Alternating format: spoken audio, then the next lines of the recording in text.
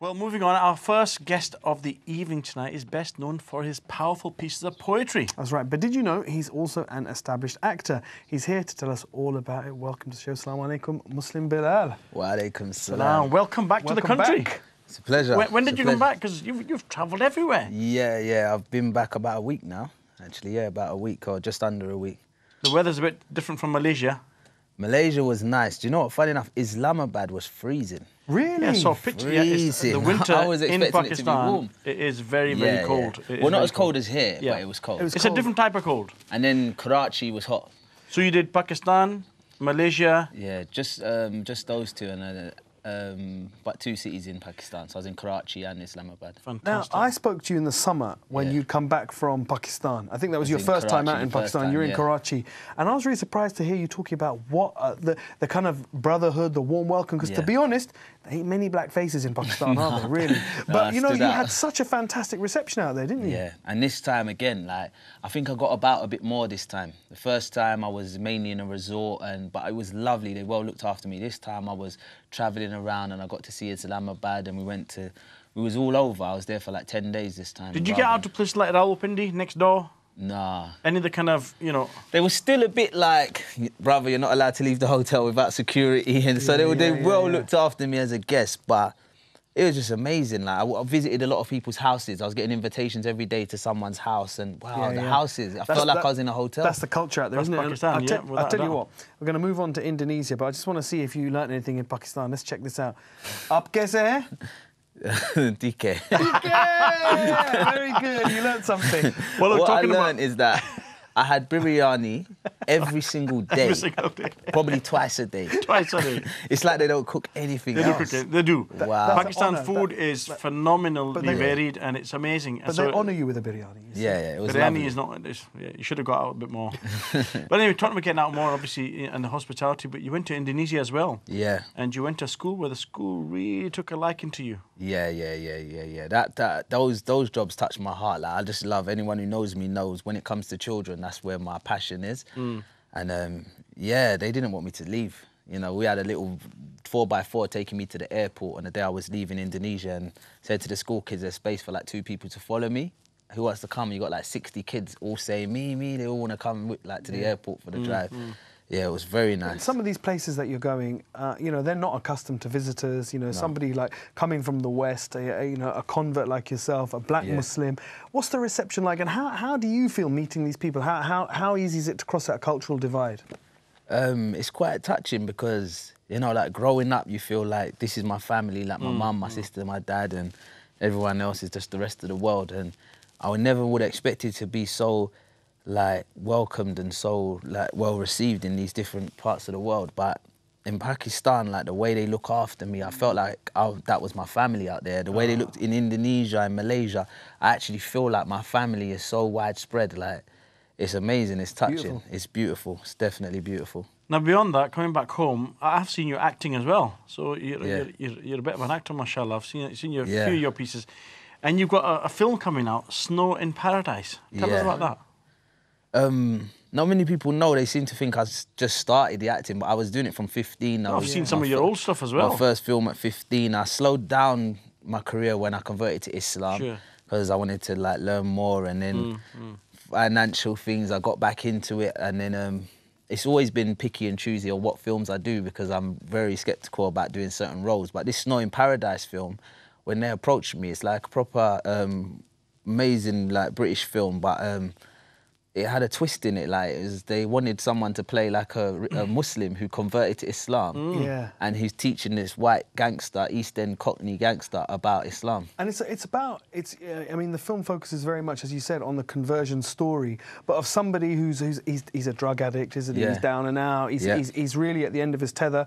And he meets Muslims. Does he meet them in a mosque? Yeah. He walks into the mosque. He walks in there in like Gucci loafers, his shirt. He doesn't know what it is, and he's like, walks in while we're praying, and he's just like, oi, I'm looking for my mate, small fella, Turkish. And then I approach him, and I'm like, whoa. First of all, you got to take your shoes off. And like, keep your voice down. And he goes, what's he singing about over there? And I said, no, that's the Quran. Like, he's reading the Quran. So I look at him like, do you not know anything about this religion? And he's like, no, what is this? And so I start explaining, and then funny enough, he gets so deep into his problems, he comes back to the mosque one day. And then the relationship builds, and they'd have to see the film Snow in Paradise. It'll be out. Look, so I love the name, Snow in Paradise. Snow in Paradise, nice really title nice actually. So you've done rapping. Yeah. In the old days, you're doing your own kind of poetry now, films. Yeah. How do you balance the past and juggle all these things?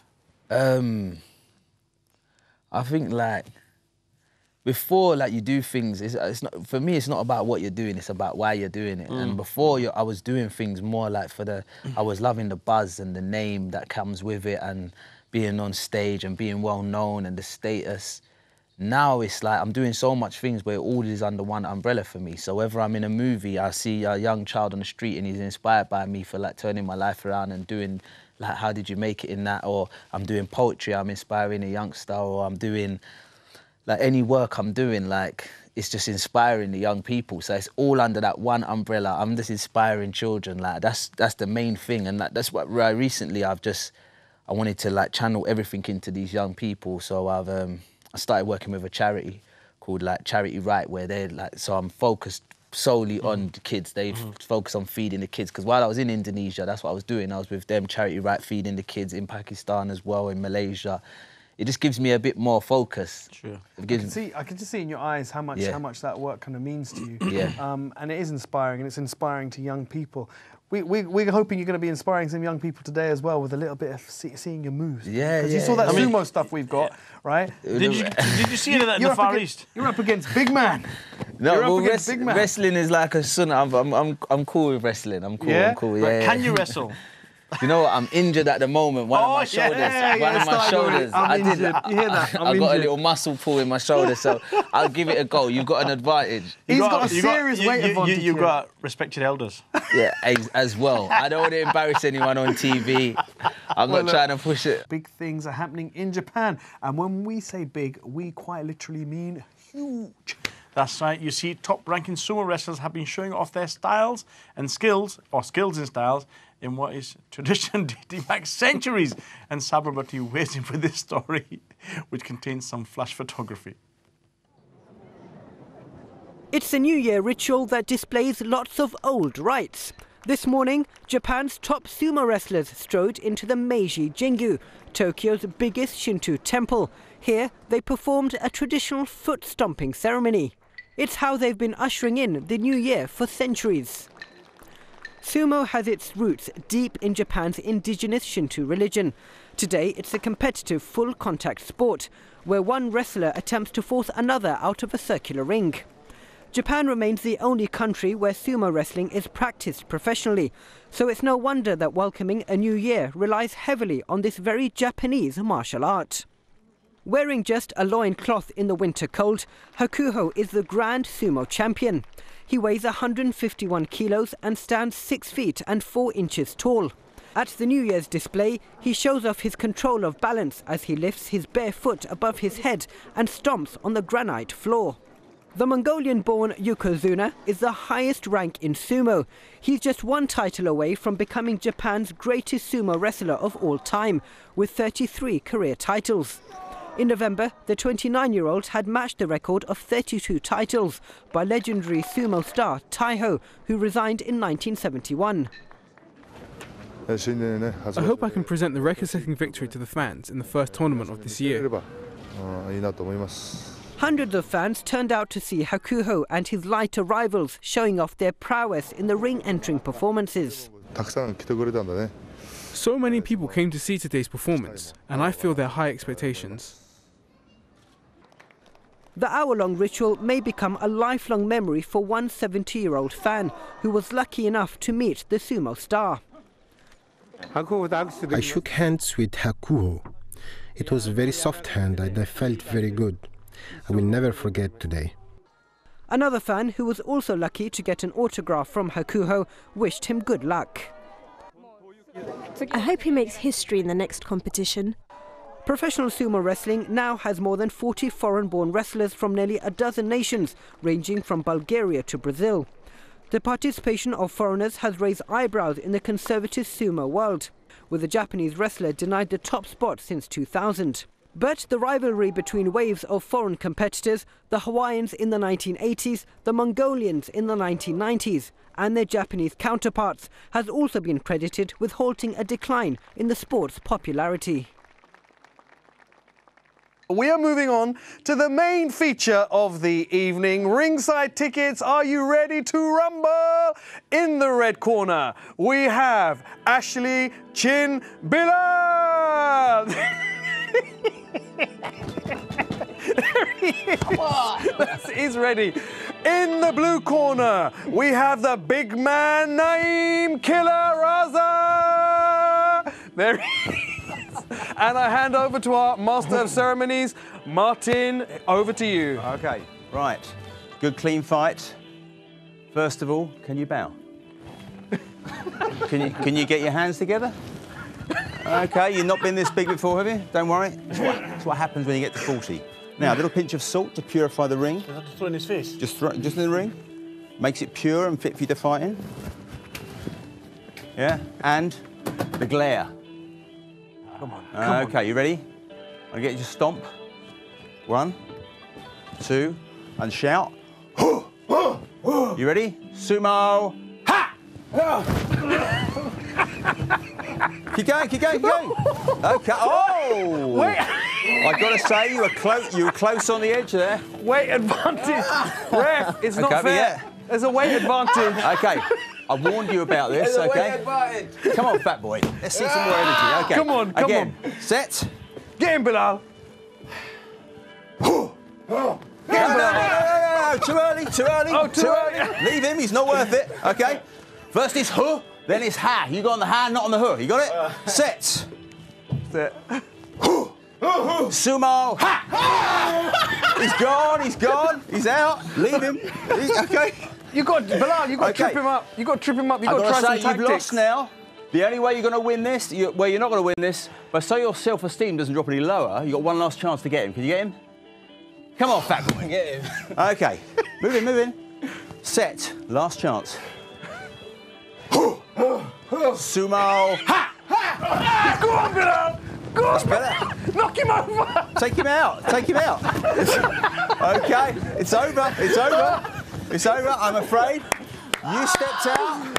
But we have our winner. Martin, can we have a gong? Yeah. Can we have a gong? Hold on. We've got a gong here. Yeah.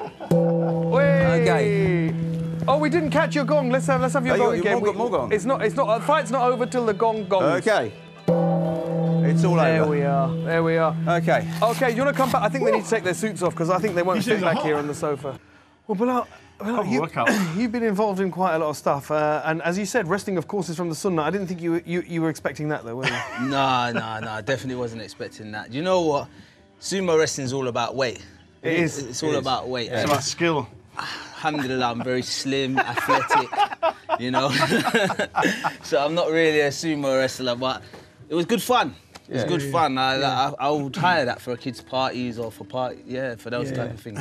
Speaking about a mix of cultures, a bit on a more serious note there. I mean, your recent film, Snow in Paradise, is a film that centres around Muslim characters, and of course you're comfortable with that now. But a lot of your films have been mainstream films, haven't they? They've been working in the mainstream market with non-Muslim producers, non-Muslim filmmakers. Yeah. So how do you find that? Do you find that an easy transition to make? Not really. It's not so much an easy transition. It's my trade. It's my trade. So film's just been my thing from primary school to secondary school. It's the only thing, like acting is the only thing I was good at or I could do. So, you know, like when I'm not, unfortunately, as much as I love the poetry, it's not a career for me. So, and being a responsible man, like I have to have an actual career, and I just wasn't educated in nothing else. So the film industry is just something I do. Like I probably only do like one film a year, two films a year, and I spend about 3 weeks to 6 weeks in each film. So out of a 365-day year, it's a lot of time, isn't it? 6 weeks of it, I'm probably you have working done in well. film. I mean, mashallah, some of your films have gone to TV, big screen, red carpet. You've been on the red carpet as well. Yeah, every single one of them. Fantastic. Yeah, that I do. And I write films as well. So like one of them that went to TV, cinema, and all, it was a film I wrote, and that's more the direction I'm heading in the film industry. Like so. Film I wrote, we won an award, like best film in the UK of 2012. So hopefully I wrote another one kind of about my life story that I want to produce and put out as well. Well, look, I mean, apart from all the writing, apart from preparing yourself to be a better wrestler, what else is in the pipeline for you, man? So in the pipeline for me this year, I've got the album coming out. It's named after my daughter. Well, it's called Dare Samaya. Yeah. Like, so it's like a letter to my daughter every track, but just telling her about my visions on this world and this life and the journey. So Dare Samaya will be coming out. I've decided to give all proceeds of that album to Charity Right, who I've been working with doing all the kids and the food drops. So that will be going for them. I've got the clothing line that I'm actually wearing today. I have to say, it does stand out, especially the hat and the shirt together. So this hat and shirt is just one of the items I've got in the clothing line. I've got loads of different tops, and I've got a lot coming this year with the clothing line. That's also named after my daughter. Her name's Samaya Chin. I called the clothing line Sumi Chin. Sumi Chin. And I'm planning to do a university tour this year to promote the album and raise more money for Charity Right. And if people want to follow you, if they want to stay in touch with all the clothing line, the filming, the rapping, the album, everything, how do they do that, man? I think the best way, my most active online thing at the moment is my Instagram. Okay. Which is Ashley, A-S-H-L-E-Y, then the letter B for Belal, but just B, and then Chin. Ashley B Chin. Chin, C-H-I-N. Have you got your breath back for a performance to finish it off shortly? Yeah, I could do a performance, no. Well, listen, thank you very much for both being with us. Thank you. Belal will come back to you in a few minutes. A huge thank you to Muslim Belal and Martin Day. That's right. Tune in tomorrow, of course, at the same time as ever, but taking us out now with a beautiful performance we have none other than Muslim Belal. Standing at my window as the sun goes down, looking at the sky, hear the birds make sounds. I think about my life and this purpose I found, yeah.